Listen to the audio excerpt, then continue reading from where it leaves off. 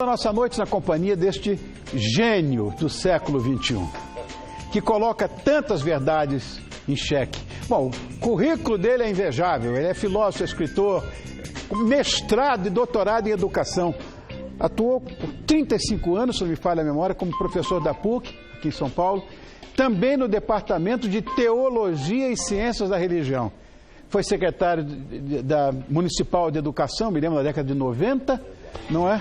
Bom, enfim, eu diria mais, que uma das suas maiores qualidades é que ele sabe qual é o segredo para acordar feliz nessa segunda-feira. Vai começar a aula com este maravilhoso professor, Mário Sérgio Cortella. Obrigado por ter vindo, meu irmão. Sempre feliz. Obrigado, queridão. Você sabe que eu sou idoso, não levanto. Bem-vindo ao clube. Eu estou com 72. Não, você está ainda no começo. Não, Cortella. Isso é uma coisa boa. Você sabe que o Manuel de Barros, o grande poeta do Mato Grosso, que morreu com quase 100 anos de idade, ele, quando alguém dizia ele, já aos 98, como é que o senhor se sente? Ele dizia, eu não estou indo em direção ao fim, eu estou indo em direção às origens. Ah, que bonitinho. Olha só, você falava do Stephen Hawking, me lembrei um pouco dessa ideia, né? Verdade. A ideia das origens. É verdade. Né? Aliás, o Milor Fernandes, quando se fala de outros planetas, magnífico, ele dizia, a prova de que existe vida inteligente fora daqui é que eles nunca vieram. Olha, Cortella, todos nós temos a nossa santa rotina.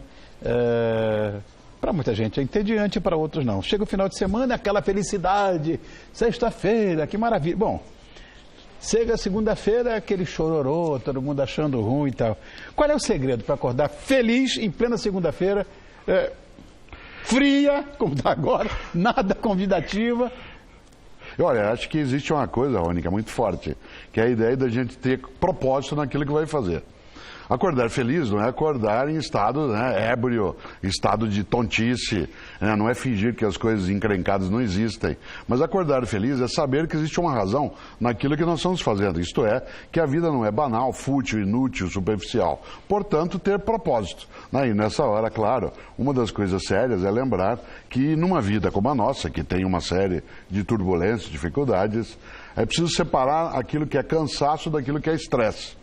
Eu sempre dou uma receita, já conversamos até um dia aqui no programa sobre isso e eu retomo, que é, como é que você sabe se você está cansado ou estressado? Porque cansaço resulta de um esforço intenso. Estresse resulta de um esforço que você não queria fazer ou que você não entende porque está fazendo. Por exemplo, dançar a noite inteira cansa, mas não estressa. Fazer um programa de TV que você tem finalidade cansa, mas não estressa. Claro. O que é que estressa? Aquilo que a gente não está entendendo a razão. E aí tem uma fórmula. Segunda-feira, 6 horas da manhã, toca o teu despertador. Você quer dormir mais um pouco, é só cansaço. Você não quer levantar, é estresse. Por exemplo, tocou o despertador, você quer continuar mais um pouco, só está cansado. Se toca o despertador, você cutuca a pessoa que dorme contigo e diz assim, liga lá e diz que eu morri, é sinal de que é estresse. Como é que você cura cansaço? Descansando. Como é que você cura estresse? Mudando de rota, mudando de sentido, entendendo o que é que está te fazendo ficar infeliz. Um trabalho, ele é cansativo, mas ele não pode te infelicitar. Claro. Queria falar do teu último livro. Vamos mostrar a capa do último livro? Aí está. Família. Urgências e turbulências. E nele você afirma, Cortella, que nas grandes cidades a turbulência afeta cada vez mais a convivência. Eu acho que todo mundo é muito individualista hoje em dia. E eu queria saber de você, como é que a gente pode melhorar esse individualismo? A primeira coisa é que famílias, elas são um núcleo de proteção afetiva. Você formou filhos, eu formei, netos os tenho. A família, ela continua sendo um local de cuidado. Nesse sentido, a cidade grande, a metrópole, como você e eu vivemos, ela é extremamente cruel em relação à convivência, porque ela rarefaz, ela diminui o tempo de convivência. E quando esse tempo acontece, ele é muito cansativo e às vezes estressante, porque cada um chega com a sua necessidade, seu desejo, seu problema, e aí quer ficar resolvendo isso no seu canto. E esse individualismo, ele é muito malévolo. Aliás, nós estamos criando, e você sabe disso, novas gerações que não nasceram prontas, estamos criando com uma percepção de uma vida muito apoiada numa ideia perigosa que é cada um por si, Deus por todos. Sendo que o lema na vida tem que ser um por todos e todos por um. Claro. Nesse sentido, quando você levanta a profecia, por exemplo, do Stephen Hawking, em relação à nossa vida no planeta, ela só não acontecerá o cumprimento da profecia se nós formos capazes de cooperar. A família, por exemplo, e essa é a razão do livro, ela tem que ser uma estrutura cooperativa e não competitiva. A família é sim uma instância em que a gente pode construir pouco a pouco a recusa a essa falência. A falência da vida em geral, a falência da convivência planetária. Há uma expressão antiga sobre o nosso planeta que vale demais, que é Mãe Terra. Mãe Terra, né? Nós vivemos há pouco o Dia das Mães, a ideia, por exemplo, de você ter a concepção do lugar onde nós vivemos como um lugar que nos nutre, nos cuida, nos abriga, claro, e que a gente não pode ferir, que a gente não pode agredir. Lógico, claro, lógico. Nessa hora, a percepção dos filhos da Terra, né? Nós não somos as mães da Terra, a Terra é que é a nossa mãe. Exatamente. Nós somos os filhos da Terra. E esses filhos e filhas que vivemos numa grande família chamada humanidade, não podemos de maneira alguma apodrecer a nossa esperança e, acima de tudo, fazer algo absolutamente danoso, que você sabe que é o suicídio da nossa condição de vida. E fazendo o suicídio quando a gente pratica algo que eu chamo a palavra meio feia, mas a gente lida, que é biocídio. O biocídio, isto é, o assassinato da vida, o biocídio, nas suas várias condições. E a família é um lugar, sim, onde a gente pode proteger um pouco mais. Você que é do mundo da música, não só, né, mas também do mundo da música, talvez se lembre que um dia Dona Irã Barbosa, né, o grande João Rubinato, um homem nascido em Valinhos, no estado de São Paulo, ele cantava no Trem das 11 um trecho clássico que é Minha Mãe Não Dorme Enquanto Eu Não Chegar. Essa ideia do minha mãe não dorme enquanto eu não chegar, Rony, para mim é a expressão da ideia de cuidado. Isto é, da nossa capacidade de mantermos a esperança ativa, de sabermos que até cansa o esforço de criar, de cuidar, de formar, mas é necessário para que a gente não tenha, como a gente falava antes, né, a fratura, né, da nossa vida coletiva e da vida do indivíduo. Sem dúvida. Agora, Cortella, por que esse mal-estar, esse conflito de gerações que existe hoje, e que, de certa forma, na minha época e na sua, era uma coisa de afetividade? Eu nunca dormi antes dos meus filhos chegarem também. E com toda certeza sua mãe não fazia isso. Sim, aliás, ela não fazia e não faz. Ela, aos 88 anos de idade, Dona Emília, né, ela é capaz de me ligar e querer saber onde eu estou, o que eu estou fazendo. Ai, que lindo. Por uma boa curiosidade, nós de São Paulo moramos na mesma rua e, portanto, nos falamos, nos vemos. Sim. E ela cuida até hoje, ela não dorme enquanto eu não chego. Agora, é claro, que quando você diz assim, da onde vem esse tipo de restrição, né, a essa condição? Eu acho que nós tivemos uma vida que, pouco a pouco, ela foi sendo muito possuída, foi sendo muito apropriada por um desespero de produção, de consumo, de posse. E não que isso não seja importante, mas não é exclusivo. Claro que não. Essa consumolatria, essa adoração do consumo, levou a que as pessoas esgotassem o seu dia a dia numa procura desesperada, às vezes, de ter coisas que também são necessárias, algumas delas, mas não todas. E isso, claro, gera um tipo de confronto entre gerações, porque aí vem algo negativo e é importante, é triste até, né, lembrar que uma parte das novas gerações, por responsabilidade nossa, confunde desejos com direitos. Isto é, eu quero, você tem que me dar. Perfeito. E isso é muito perigoso. E no livro Família, Urgências e Turbulências, uma das urgências é que a gente seja capaz de não admitir que haja a formação de uma nova geração que, por responsabilidade nossa, confunda desejos com direitos. Tá perfeito. Porque quando ela acha, né, Rony, que desejo é direito, ela vai fazer qualquer coisa para obter aquilo. E nessa hora, é assim que as múltiplas lava-jatos do mundo, elas se estruturam.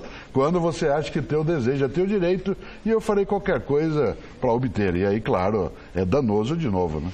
E eu fico vendo que muita gente fala, não, na minha época não era assim, hoje está uma perda de autoridade paternal, maternal. Existe mesmo isso? Sim, a gente teve um relaxamento da ideia de autoridade.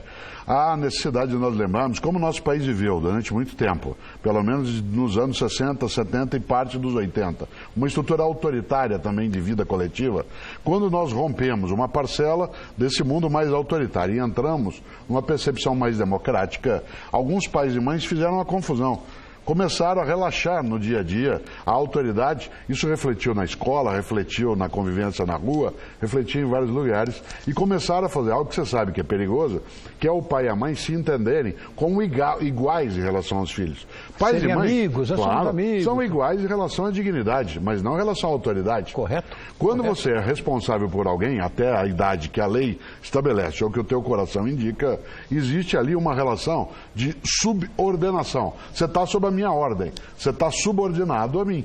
Nesse sentido, a forma de descaso em relação à subordinação, esse relaxamento da autoridade, acaba fazendo sim com que uma parte das novas gerações, ela se entenda como soberana.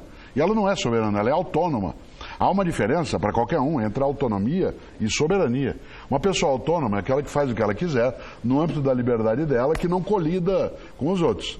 Uma pessoa soberana faz o que quer. O reizinho, não precisa ser o príncipe, mas o reizinho, né? O rei faz aquilo que ele quiser, independentemente dos outros. Nessa hora, e aí eu concluo essa ideia, acho gostoso a gente pensar que a gente tem necessidade de impedir que essa percepção, ela possa vir à tona desse modo em que as pessoas afrouxam as regras. E por último, a autoridade é diferente de autoritarismo. Sem dúvida. Autoritarismo é um mando despótico, agressivo, que não dá outro direito, inclusive, né, de capacidade de ser aquilo que precisa. Já a autoridade é um exercício responsável. Quem tem dever sobre outras pessoas e não exerce a autoridade é irresponsável. Também acho que parece até ser uma falência educacional.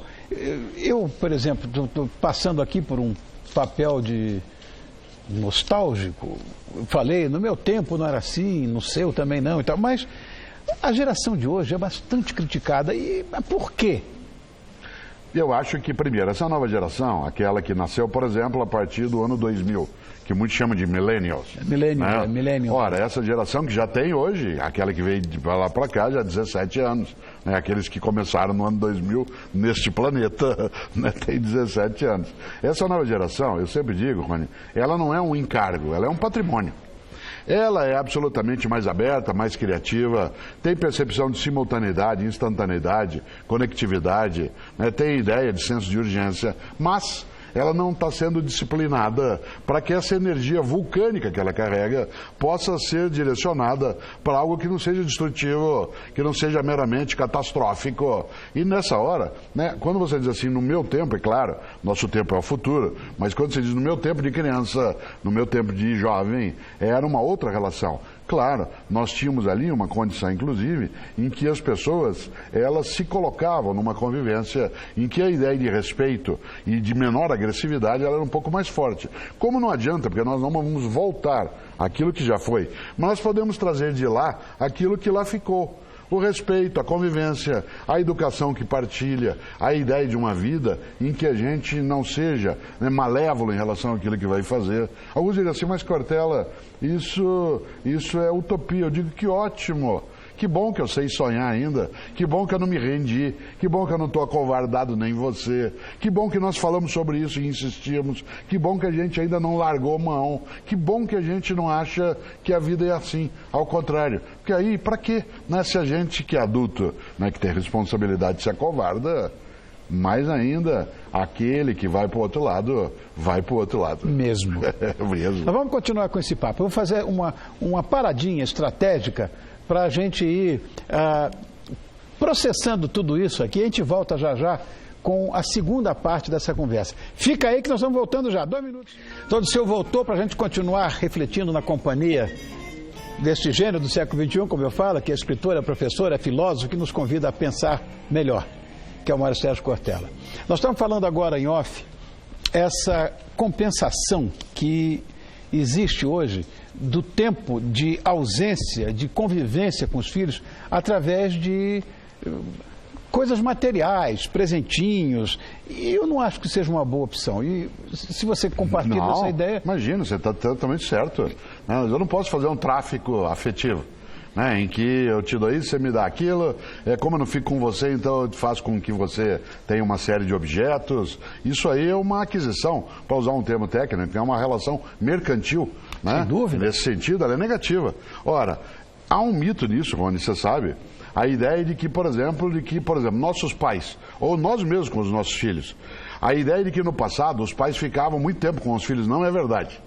Não é verdade. Não é mesmo. Tanto que você saía de Niterói de manhã na tua casa, ou eu em Londrina, onde eu fui criado, e a gente desaparecia. Quando você não tinha aula, você voltava na hora do almoço. Ou a mãe punha a cabeça na rua e gritava assim, Ronaldo, vem jantar, certo? Ou minha mãe gritava, Mário Sérgio, que era uma do me chama, vem jantar. A ideia de que pais ficavam com os filhos o tempo todo, ela não é verdadeira. Não é que mesmo. Quando ficavam, não é mesmo. Ficavam de modo intenso. Almoçava e jantava junto, brincava, jogava baralho, mico preto, né, jogava dominó, né, fazia com que houvesse ali a convivência. Não, mico preto foi lindo agora. Gostoso demais. Hoje, uma parte dos pais acha que ele tem que ficar com o filho o tempo todo. Tem pai ou mãe que programa o final de semana para que um menino de 4, 5 anos tenha uma agenda lotada de atividades que os pais cumprem. E é curioso, porque como nem sempre isso é possível, você acaba estressando a criança, que conviver com o adulto o tempo todo. E ela ali, como aquela que comanda, né, eu quero isso, eu vou aquilo, em que a ideia de sair é sinônimo de comprar, você não sai mais para ver lua junto, para dar uma caminhada, para tomar um sorvetinho de palito, um picolé, como diz o Rio. Picolé. Né? Ou a ideia, por exemplo, de você ver formiga trabalhar, você não faz mais. Saiu esse nome de compra. Claro, pais e mães traficam afeto. Isso é um perigo. É como em algumas religiões que as pessoas ficam vendendo lotes no paraíso, né, em nome daquilo que você contribui. É a mesma coisa. Né? Não, teologia é uma coisa também que você domina perfeitamente e eu acho que essa analogia está bem colocada. Você sabe que eu vou te contar uma coisa, você está me elogiando bastante, claro que eu gosto, eu não sou maluco, mas eu sempre lembro que Machado de Assis fazia uma advertência para nós. Todas as vezes que alguém me elogia bastante, eu digo assim, lembre-se que Machado de Assis dizia, está morto, podemos elogiá-lo à vontade. Porque nós tivemos nos últimos 10 anos no nosso país tanta gente que nos decepcionou. É verdade. Que enquanto a pessoa não estiver morta de fato e portanto ela não puder mais decepcionar, não dá para elogiar tanto. Ai, Cortella. Olha, você afirma uma coisa que eu acho absolutamente correta também.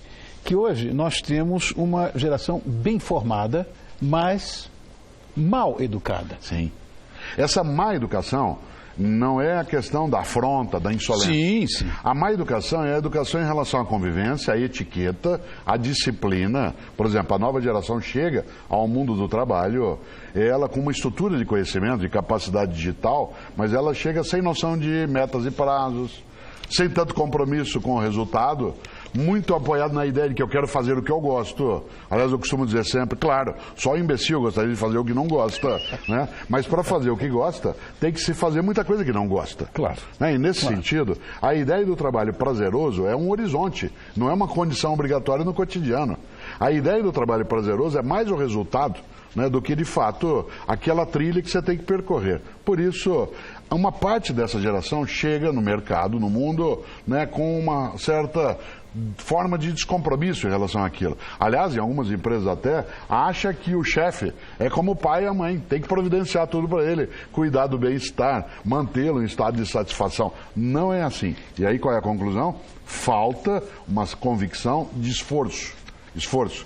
Você não tem a carreira que tem sem que você tenha, nos últimos 50 anos, trabalhado de maneira intensa, vívida, estudado, visto, feito. A ideia de esforço não é automática. Né? Ninguém diz, nossa, como você canta bem, como você fala bem, como você é um bom sommelier, né? Como você pilota de maneira adequada. Para que isso aconteça, foram décadas de depuração, de equívoco, de informação. Não é assim, você está sentado e desaba toda a tua cabeça a competência. Claro, mas você sabe, essa história que você estava falando agora há pouco dos chefes assumirem, de certa forma, a paternidade por parte desses jovens de formação acadêmica, é porque hoje existe essa superproteção paternal, que eu também não concordo.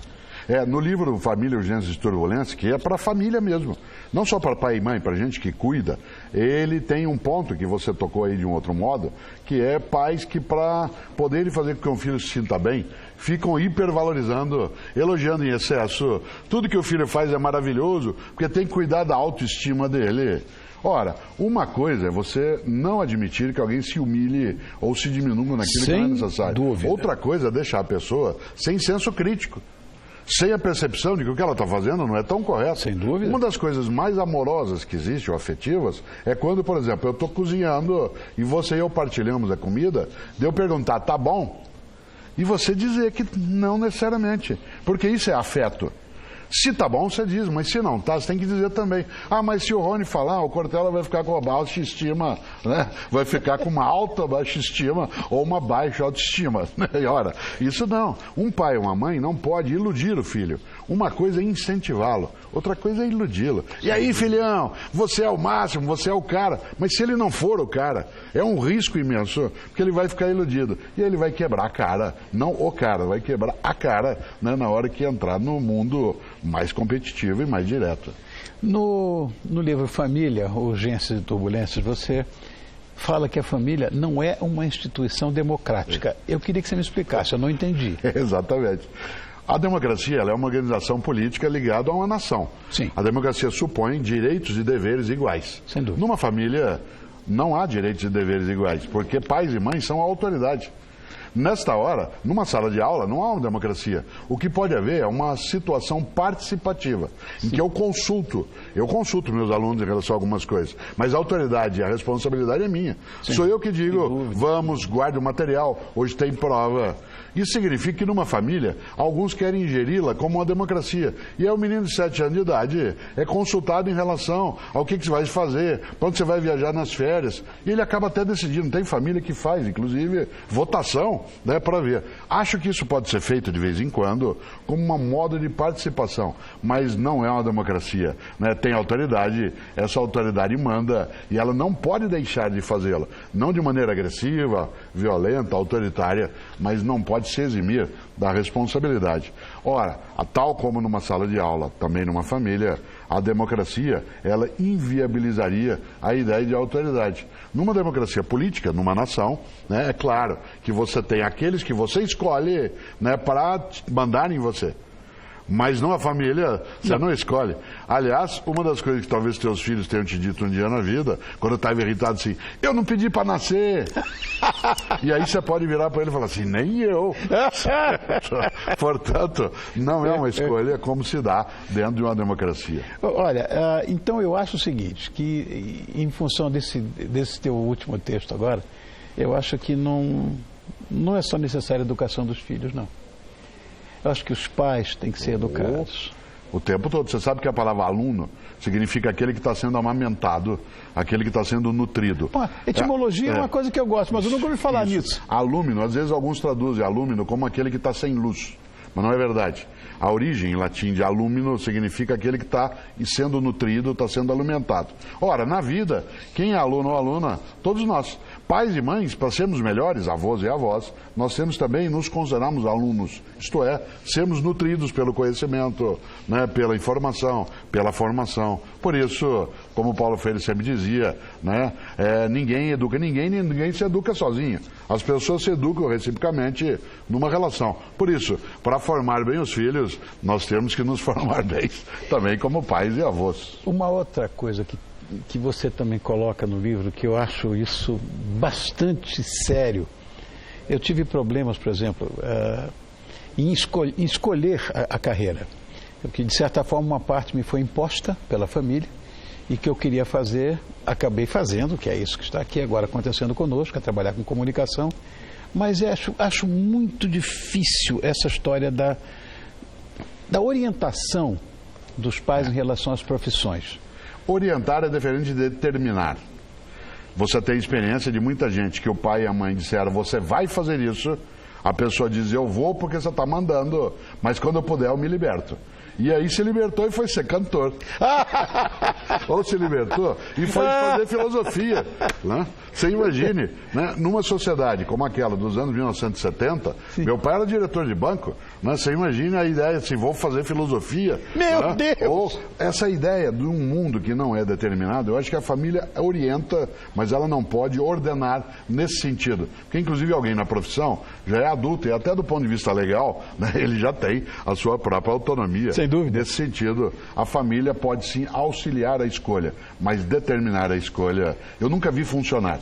É você colocar a pessoa numa condição, né, de infelicidade por muito tempo. E a frase é assim, eu faço aquilo que eu falei agora. Eu faço o que você está mandando, pai. Mas na hora que eu puder, eu escapo. É verdade. Aí vem a conclusão do pai. Tem razão. Faça aquilo que você gosta. Pois é. Porque aí eu tenho certeza que você não vai trabalhar um único dia da sua vida. Pois é, se você quiser, exatamente nessa percepção. Se você gosta, você não trabalha, você tem prazer, né, naquilo que está fazendo. E a família precisa entender isso com afeto e com responsabilidade. Vamos mostrar de novo a capa do livro do Cortella, gente? Aí, ó. Lindo. Família, urgências e turbulências. E eu quero agradecer a você mais uma vez. Obrigado. Cortella, você sabe, eu não escondo isso. Eu sou, sei lá, meio frágil nessa história de esconder as minhas preferências, né? Eu adoro você. Que bom, obrigado. Igual. Adoro você. Esse elogio todo pode ter certeza que tem, de fato, uma responsabilidade, porque eu estou falando para um monte de gente que acredita em mim. Eu sempre venho com prazer, sempre gosto, adoro, né, já por várias vezes tive a ocasião, né, desse tipo de partilha. Isso é uma partilha. Né, aquilo que no Sul a gente chama de tertúlia. Né? Tertúlia? Isso é uma partilha, é bom demais, obrigado. Obrigado, Cortella. Volte mais. Opa, com alegria.